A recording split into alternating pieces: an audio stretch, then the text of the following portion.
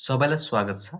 आजको यस भिडियोमा हामीले भर्खर मात्र सार्वजनिक भएको लेभल 3 अर्थात् इलेक्ट्रिसियन पदको नयाँ पाठ्यक्रमको केही डिस्कस गर्नेछौँ।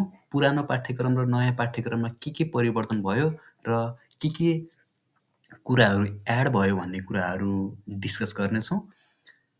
मेरो अनुमानमा के लाग्छ भने फर्स्ट पर्सन अर्थात् यो वस्तुगत वैकल्पिक प्रश्नहरूको केही चेन्ज भएको छ बेसिकल्ली लेभल 3 को लागि। यो छोटो उत्तर आउने प्रश्नहरू जुन विषयगत थियो त्यो चाहिँ म्याक्सिमम कुराहरू सेम नै छ एज प्रिभियस पहिलेको जस्तै नै छ। तर यो वैकल्पिक प्रश्नहरू एमसिक्यू प्रश्नहरूको केही चेन्ज भएको छ। मुख्यतया भन्नुपर्दा हामीले हेर्न सक्छौँ मुख्यतया के चेन्ज भएको छ भने जस्ट अ मिनेट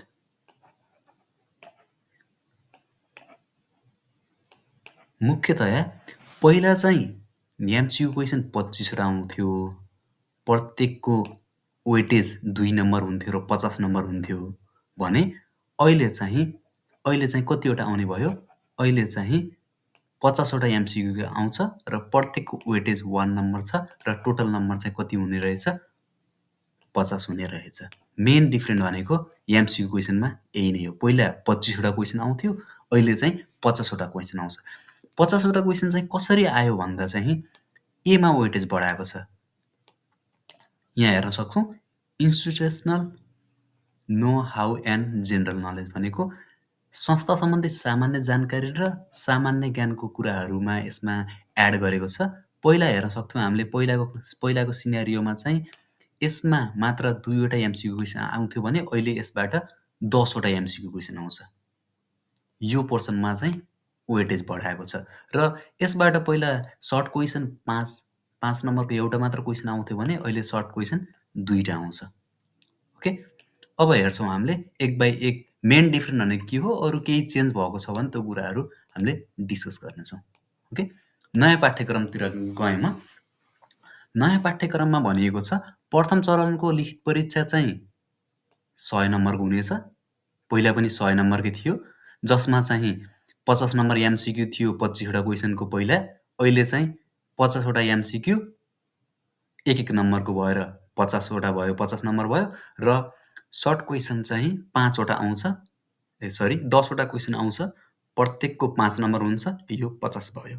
ओके, 50 वटा एमसिक्यू जसको टाइम 45 मिनेट र 10 वटा क्वेसन जसको प्रत्येक क्वेसनले 5-5 नम्बर क्यारी गर्छ र यसको टाइम 1 घण्टा 15 मिनेट।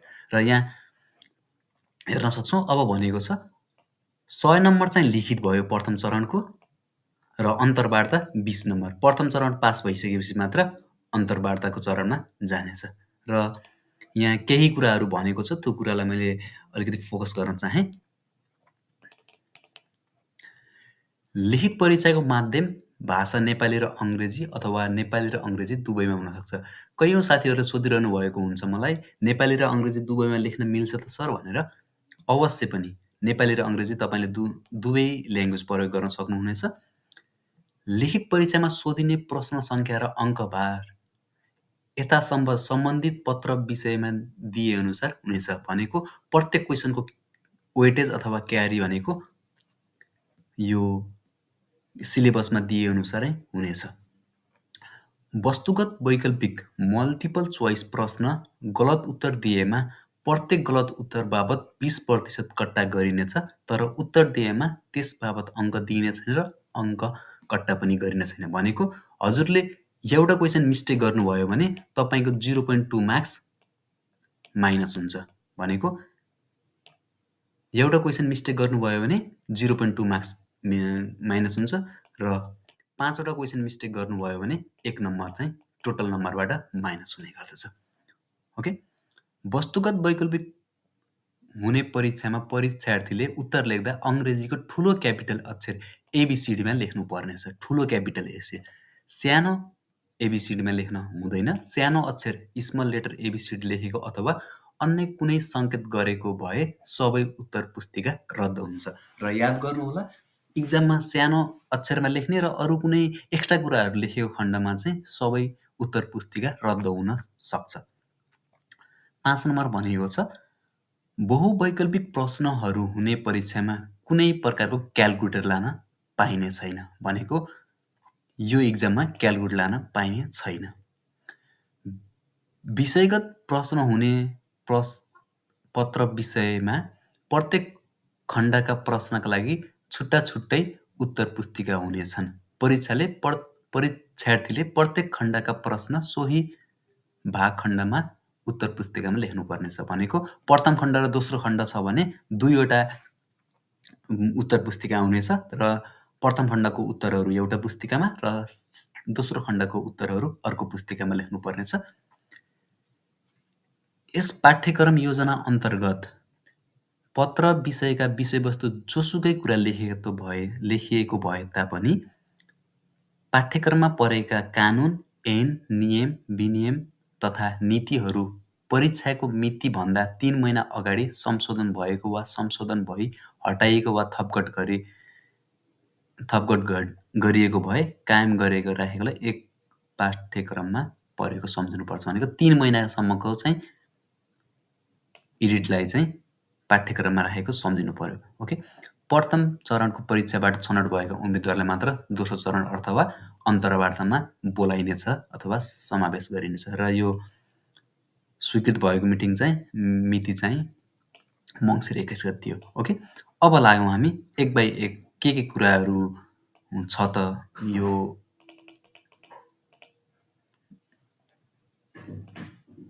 पेपरमा। ओके, सुरुको च्याप्टर छ institutional know how and general knowledge, संस्था सम्बन्धी जानकारी र सामान्य ज्ञानहरू। पहिला चाहिँ यो संस्था सम्बन्धी जानकारी चाहिँ र सामान्य ज्ञान चाहिँ च्याप्टर 8 मा थियो भने अहिले च्याप्टर 1 मा छ र पहिलो र अहिले के चेन्ज भएको छ त्यो कुरा पनि हेरौँ। हामीले हेर्न सक्छौँ सुरुमा छ नेपालको भौगोलिक बनावट तथा विशेषता सम्बन्धी जानकारी, नेपालको जियोग्राफिकल स्ट्रक्चरको बारेमा बुझ्नु पर्यो। यो पहिला चाहिँ लेभल 4 मा थियो, अहिले लेभल 3 मा पनि राखेको छ। अनि अर्को छ नेपालको सङ्घ प्रदेश स्थानीय तह सम्बन्धी जानकारी, यो पहिला पनि थियो। ओके, अनि त्यसै छ नेपाल विद्युत प्राधिकरण सम्बन्धी सामान्य जानकारी, यो पहिला पनि थियो नेपाल विद्युत प्राधिकरण सम्बन्धी सामान्य जानकारी।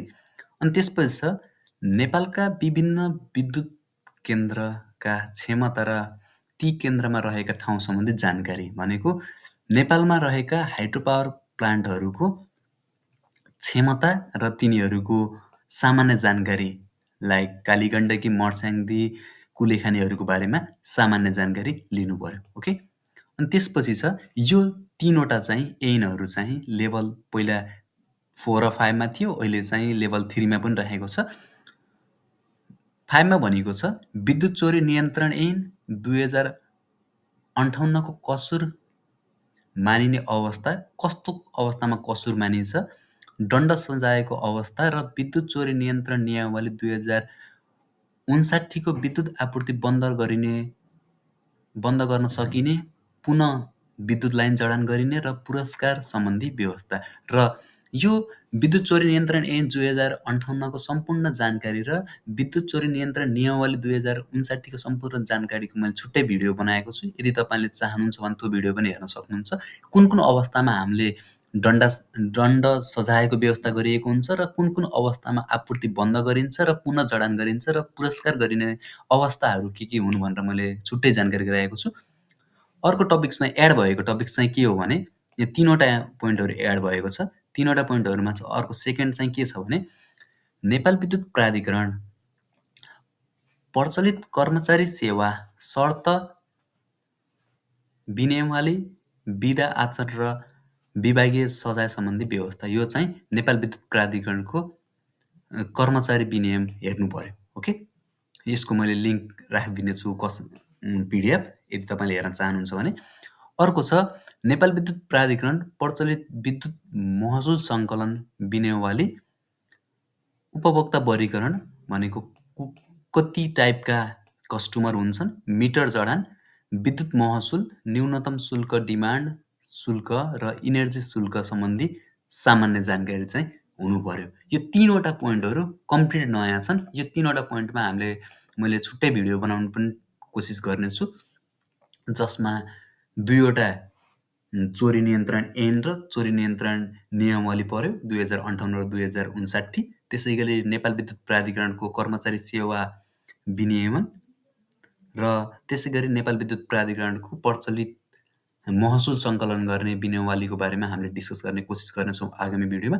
अब बाँकी रहेका 2 देखि 8 सम्म 2 देखि 8 सम्म कतिवटा च्याप्टर हुने भयो? 7 वटा च्याप्टर चाहिँ पहिलो जस्तै नै छ।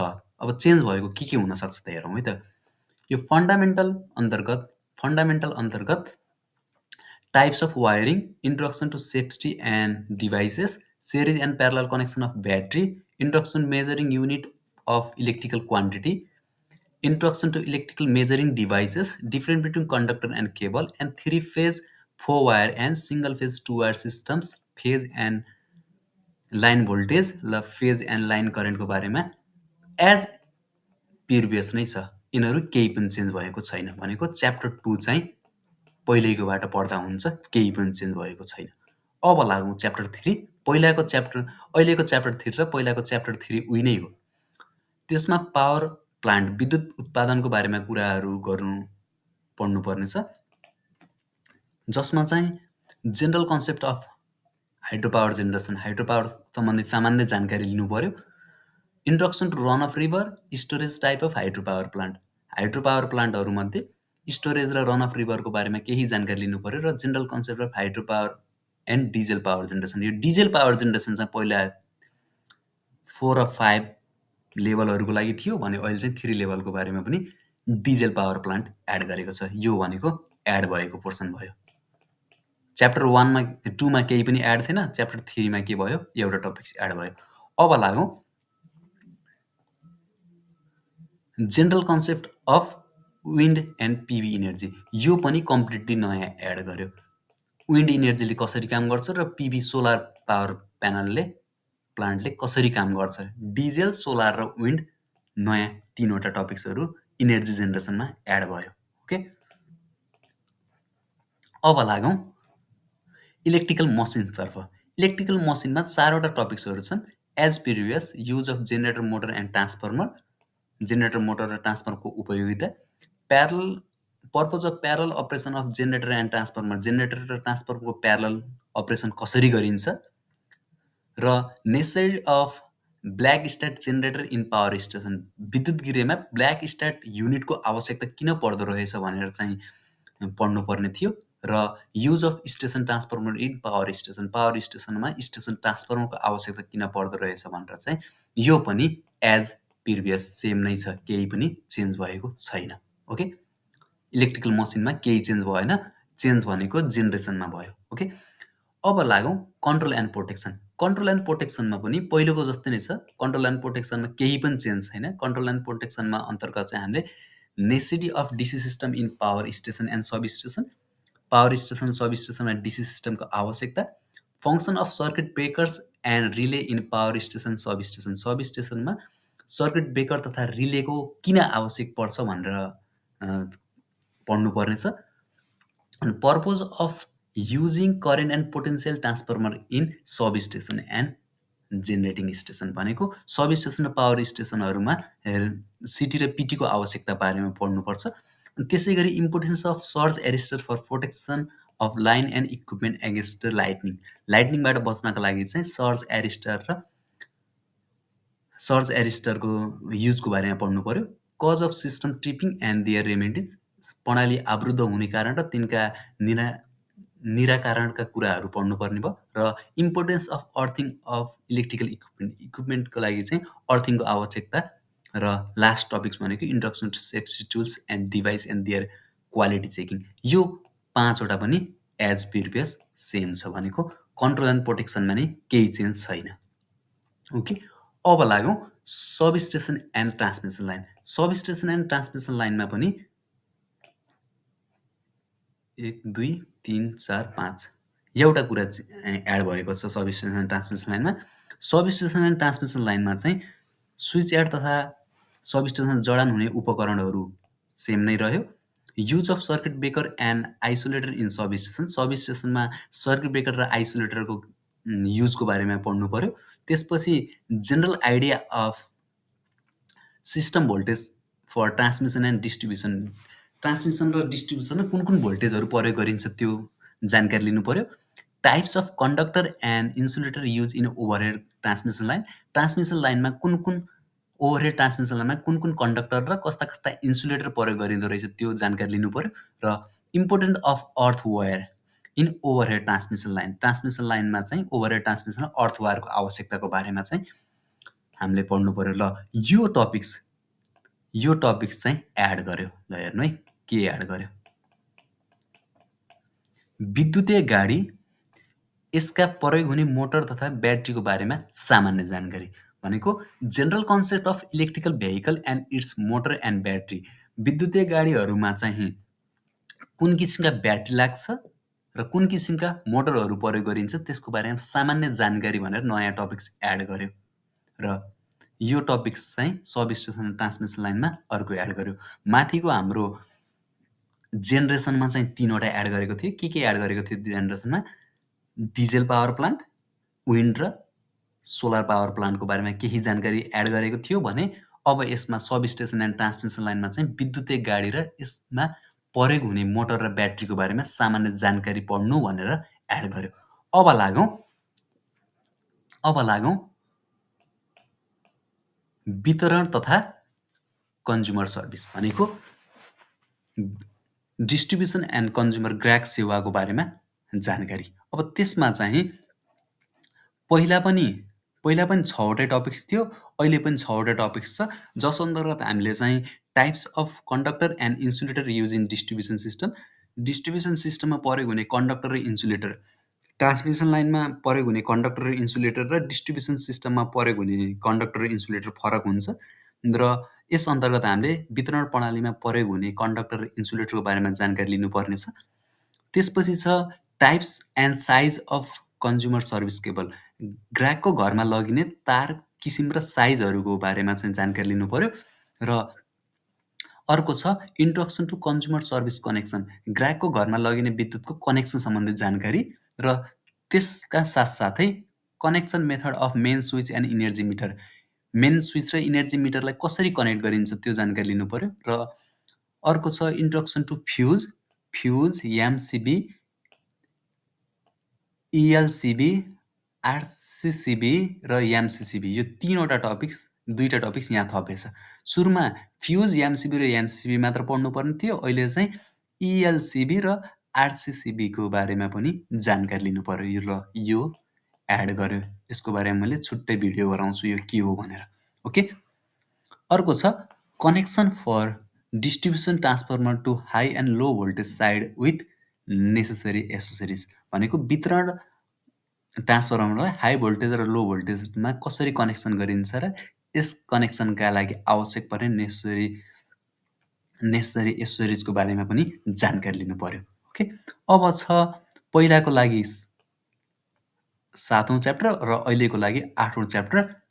यो चाहिँ उही नै छ जसमा के पढ्नुपर्ने छ भने सुरुमा अपरेसनल मेन्टेनेन्स अन्तर्गत concept of preventive maintenance of electrical equipment. Electrical इक्विपमेन्टको लागि चाहिँ निर्वात्मक सम्भार सम्बन्धी जानकारी पढ्नु पर्यो। त्यसपछि maintenance of generator, turbine and transformer, generator, टर्बाइनको कसरी मेन्टेनेन्स गरिन्छ। मेन्टेनेन्स अफ डिसी सिस्टमको कसरी मेन्टेनेन्स गरिन्छ। Maintenance of switchyard equipment like circuit breaker, isolator and lightning systems, busbar etcetera. स्विच यार्डमा रहेका विभिन्न इक्विपमेन्टहरू like circuit breaker, isolator, lightning system र बस बारहरूको बारेमा जानकारी लिनु पर्यो। र अन्तिममा चाहिँ introduction to personal safety, machine safety, tool safety and workshop safety. भनेको व्यक्तिगत सुरक्षा, मेसिनको सुरक्षा कसरी गर्ने, टुलको सुरक्षा कसरी गर्ने र कार्यशाला अथवा वर्क स्पेसको सुरक्षा कसरी गर्ने भनेर जानकारी लिनु पर्यो। ओके।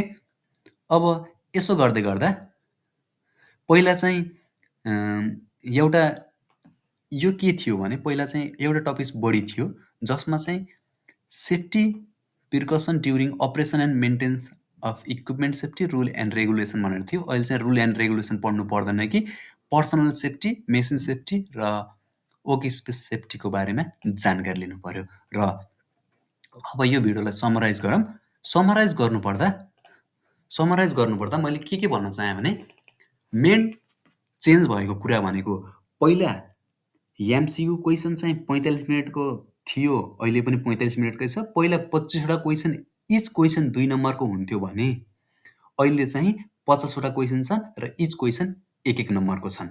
र पहिला एउटा क्वेसन बिगार्नु भयो भने 0.4 मार्क्स रिड्युस हुन्थ्यो, किनकि 2 मार्क्सको क्वेसन थियो भने अहिले एउटा क्वेसन बिगार्नु भयो भने 0.2 मार्क्स रिड्युस हुन्छ। ओके, र पहिला जस्तै छोटो उत्तर चाहिँ आउने प्रश्नहरू चाहिँ 10 वटा आउनेछ र त्यसका लागि टाइम भनेको 1 घन्टा 15 मिनट हुनेछ र पहिला पनि समय भनेको त्यही नै थियो। ओके, 45 र 1 घन्टा 15 मिनट भयो भने टोटल 2 घन्टाको इक्जाम हुने भयो। र याद गर्नु होला, जहिले पनि एन्सरहरू चाहिँ क्यापिटल लेटरमा लेख्नु एमसिक्यू क्वेसनको। र अर्को मेन कुरा भनेको चाहिँ पहिला चाहिँ institutional how know and general knowledge, संस्था सम्बन्धी सामान्य जानकारी र सामान्य ज्ञानमा चाहिँ यो 1.5, 1.6, 1.7 थिएन, यो लेभल 4 र 5 मा थियो र यो कुरा चाहिँ लेभल 4 मा पनि थिएन। विद्युत प्राधिकरणको यो कर्मचारी सेवा कुराहरू चाहिँ थिएन, अहिले चाहिँ यो एड गरेको छ। 1.5, 1.6, 1.7 कम्प्लिटेड न्यू हो। र अरू त्यहाँ बाहेक यो हाम्रो टेक्निकल पर्सन भन्छु मैले, जुन सेकेन्ड पार्टलाई चाहिँ, जुन चाहिँ हजुरको विषयगत जानकारी हो, त्यसमा चाहिँ एड भएको भनेको विद्युतीय पावर प्लान्टको चाहिँ उत्पादनमा चाहिँ एउटा डिजेल पावर प्लान्टको बारेमा, अनि विन्ड पावर प्लान्ट र सोलर पावर प्लान्टको 3 वटा कुराहरू नयाँ जानकारी एड गरेको छ। 3 वटा पोइन्ट भयो यहाँ। अनि त्यसै गरी चाहिँ यो विद्युतीय गाडी र यसमा प्रयोग हुने मोटर र ब्याट्रीको जानकारी एड गर्यो, 4थो भयो। र लास्टमा भनेको चाहिँ डिस्ट्रिब्युसन र कन्ज्युमर सर्भिस अन्तर्गत चाहिँ इन्ट्रोडक्सन टु, पहिला फ्युज, एमसिबी र एमसिबी मात्र थियो, अहिले चाहिँ इएलसिबी र आरसिसिबी एड गरेको छ। र अल टुगेदर 5 वटा कुराहरू मात्र यो टेक्निकल पार्ट अथवा रिटन पोर्सनहरूमा आउने क्वेसनहरूमा चाहिँ त्यति मात्र एड गरेको छ। र याद गर्नुहोस्, पहिला चाहिँ सम्पूर्ण क्वेसन 9 वटा क्वेसन चाहिँ यो टेक्निकल पोर्सनबाट आउँथ्यो। हजुरको यो टेक्निकल पोर्सनलाई के भन्छु मैले, सेवा सम्बन्धी ज्ञानबाट आउँथ्यो भने अहिले चाहिँ 2 वटा क्वेसन सामान्य ज्ञानतिरबाट आउँछ, यो पहिलो पोर्सनबाट आउँछ र 8 वटा क्वेसनहरू चाहिँ यो पछाडिकोबाट आउँछ। ओके, 8 वटा क्वेसन पछाडिबाट आउँछ र 8 वटा क्वेसनहरू मध्ये पनि च्याप्टर 3 देखि च्याप्टर 8 सम्म प्रत्येकबाट 1 वटा क्वेसन आउँछ, तर च्याप्टर 2 बाट चाहिँ 2 वटा क्वेसन आउँछ। भनेको च्याप्टर 1 बाट 2 वटा क्वेसन, च्याप्टर 2 बाट 2 वटा क्वेसन र अरूबाट चाहिँ 1 वटा क्वेसन गरेर 6 वटा क्वेसन गरेर टोटल 10 वटा क्वेसन 5-5 मार्क्सको आउँछ। ओके, यसका साथै यो भिडियो मैले यही सक्छु। आशा गर्छु तपाईलाई यो नयाँ सिलेबसको बारेमा केही जानकारी भयो होला। र यदि तपाईले यो सिलेबस डाउनलोड गर्न चाहन्छु पीडीएफ फर्ममा भने मैले यो फाइल चाहिँ डिस्क्रिप्सन बक्समा राखिदिनेछु, तपाईले त्यहाँबाट डाउनलोड गर्न पनि सक्नुहुनेछ। ओके, यसका साथै यो भिडियो मैले यही सक्छु। हजुरको दिन शुभ रहोस्।